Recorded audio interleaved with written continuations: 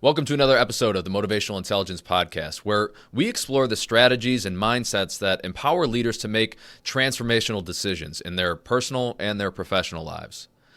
In today's episode, we're diving into one of the most critical aspects of leadership, hiring the right people. So we're going to unpack the 14 essential questions you should ask every recruit. Now, these are the questions that really go beyond the resume and the first impressions to reveal the core of a candidate's potential. So we're going to explore why self-esteem is the most critical predictor of success, how the answers to these questions that I'm going to give you unparalleled insights into a candidate's mindset, and how you can build a team that thrives under pressure, solves problems creatively, and stays resilient. So let's get started. I'm your host, Sean Johnson, and over the years, I've worked with some of the world's most successful leaders, helping them really master the art of building high-performing teams. Today, I'm thrilled to share with you the principles and strategies that's going to revolutionize how you hire and develop talent. This podcast is brought to you by 2Logical, a global top 20 training firm and the world leader in motivational intelligence development.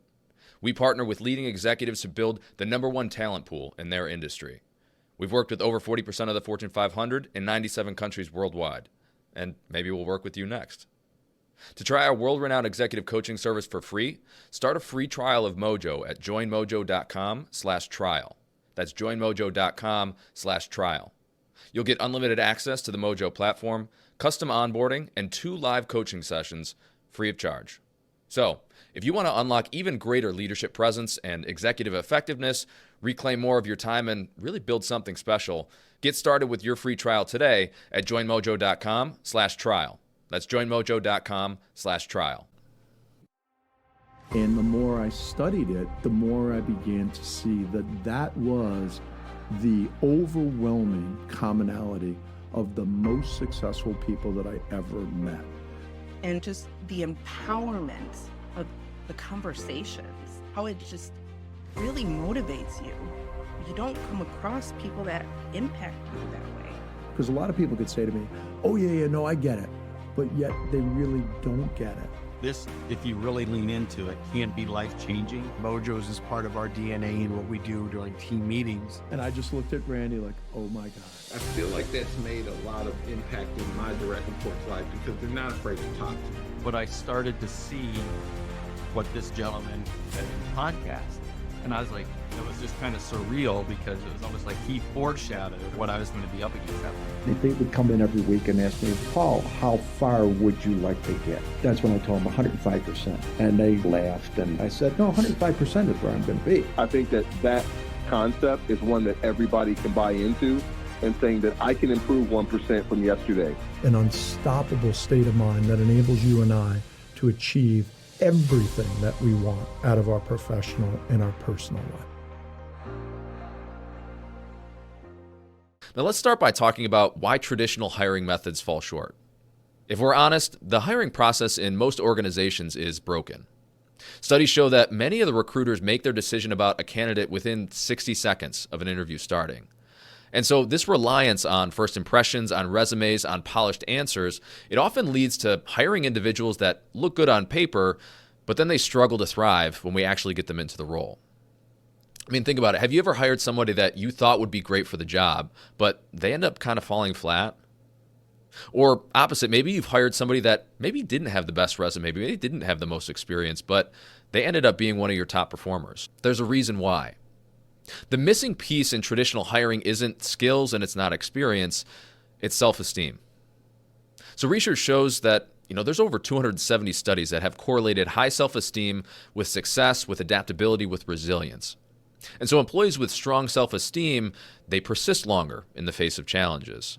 They take ownership over their growth. They collaborate more effectively with teams. And so if you want a high-performing team, you need recruits that will not only have the right skills, but also, and perhaps more importantly, the right mindset. So the 14 questions we're going to explore today are designed to uncover the truth about a candidate's mindset and self-esteem. So here are the 14 questions to ask every recruit. Number 1, what has been your greatest successes in life, and why?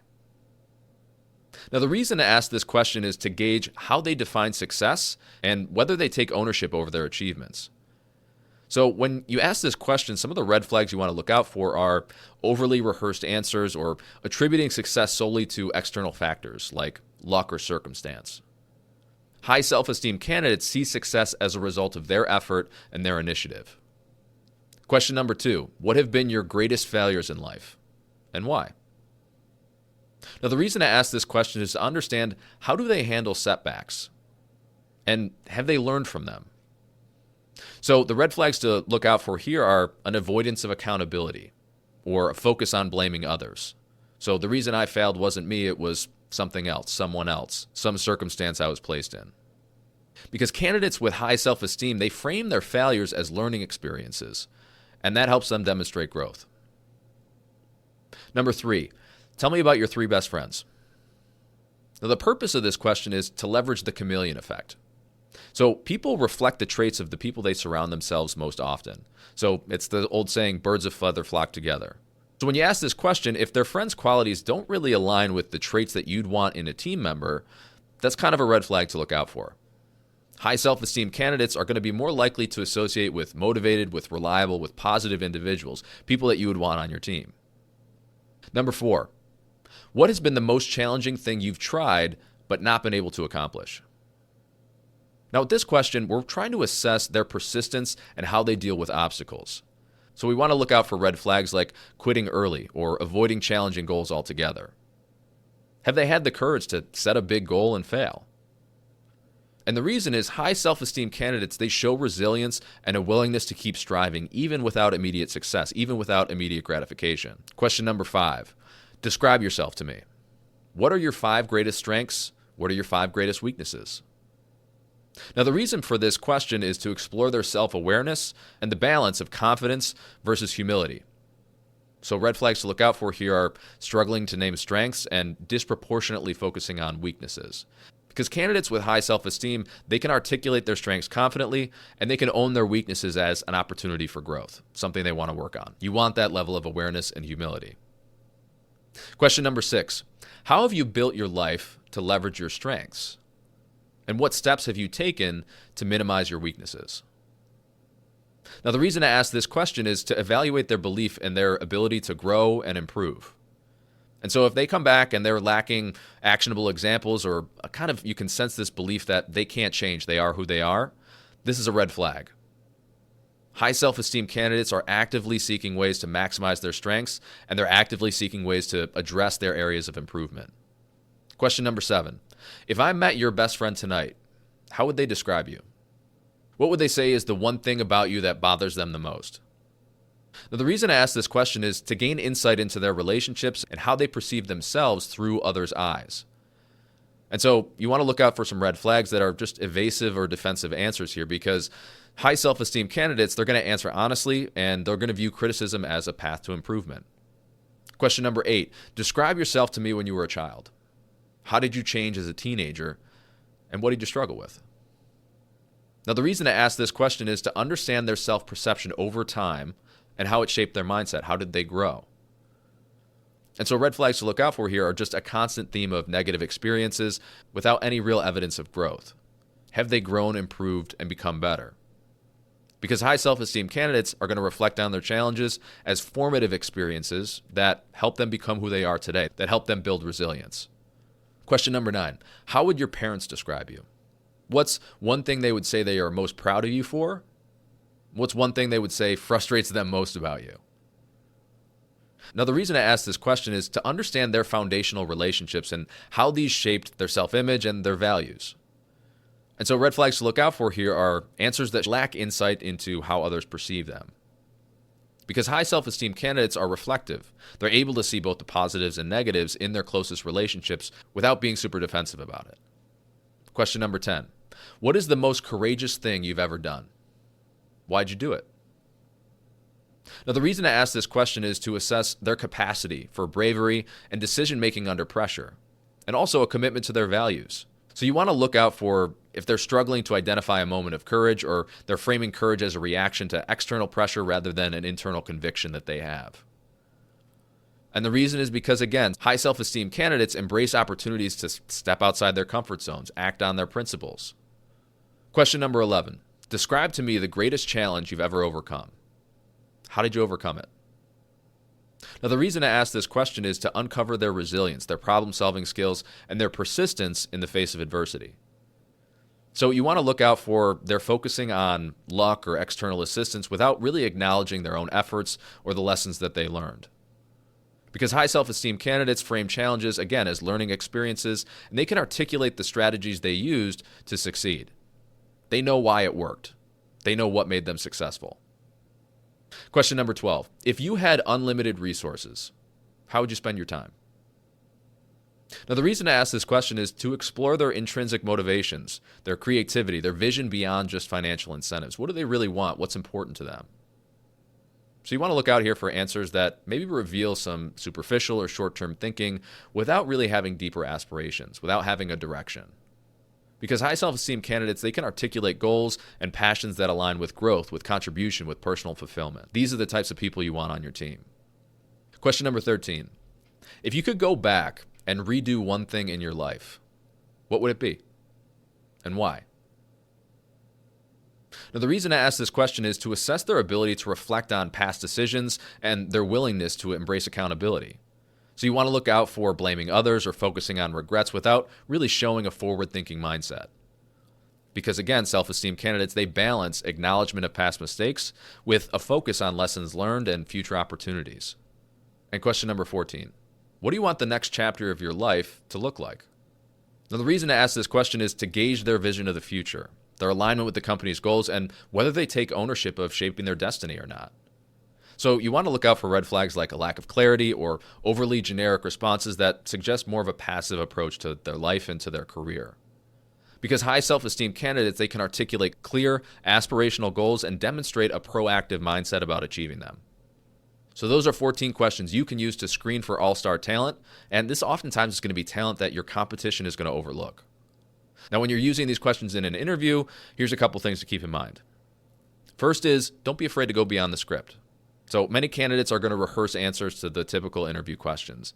And so these questions disrupt that pattern and they encourage authenticity. But follow up, dig a layer deeper. And when you do, listen for subtext. Pay attention not just to what candidates say, but what they don't say, or how they say what they say. Confidence, self-awareness, and growth-oriented thinking reveal themselves in tone and in detail. So after you use these questions in your next interview, ask yourself, did their answers reflect a growth-oriented mindset? Were they self-aware and accountable? Were their answers consistent with high self-esteem and accountability? Could you see them thriving in your organization under pressure, in collaboration, and through challenges? So those are some quick tips and questions you can use to screen for all-star talent. Thanks for tuning in to the Motivational Intelligence Podcast. Remember, building a high-performing team starts with asking the right questions. The answers you're going to get will not just reveal skills, but they're going to reveal the mindset and the self-esteem that are ultimately going to drive their success in this role. If this episode resonated with you, share it with your hiring team or your network, and don't forget to subscribe for more strategies that elevate your leadership capacity. We'll see you next time. This podcast is brought to you by 2Logical, a global top 20 training firm and the world leader in motivational intelligence development. We partner with leading executives to build the #1 talent pool in their industry. We've worked with over 40% of the Fortune 500 in 97 countries worldwide, and maybe we'll work with you next. To try our world-renowned executive coaching service for free, start a free trial of Mojo at joinmojo.com/trial. That's joinmojo.com/trial. You'll get unlimited access to the Mojo platform, custom onboarding, and 2 live coaching sessions free of charge. So, if you want to unlock even greater leadership presence and executive effectiveness, reclaim more of your time, and really build something special, get started with your free trial today at joinmojo.com/trial. That's joinmojo.com/trial. And the more I studied it, the more I began to see that was the overwhelming commonality of the most successful people that I ever met. And just the empowerment of the conversations, how it just really motivates you. You don't come across people that impact you that way. Because a lot of people could say to me, oh yeah, no, I get it. But yet they really don't get it. this, if you really lean into it, can be life-changing. Mojos is part of our DNA and what we do during team meetings. And I just looked at Randy like, oh my God. I feel like that's made a lot of impact in my direct report's life because they're not afraid to talk to me. But I started to see what this gentleman said in the podcast. And I was like, it was just kind of surreal because it was almost like he foreshadowed what I was going to be up against that point. They would come in every week and ask me, Paul, how far would you like to get? That's when I told them 105%. And they laughed, and I said, no, 105% is where I'm going to be. I think that concept is one that everybody can buy into, and saying that I can improve 1% from yesterday. An unstoppable state of mind that enables you and I to achieve everything that we want out of our professional and our personal life.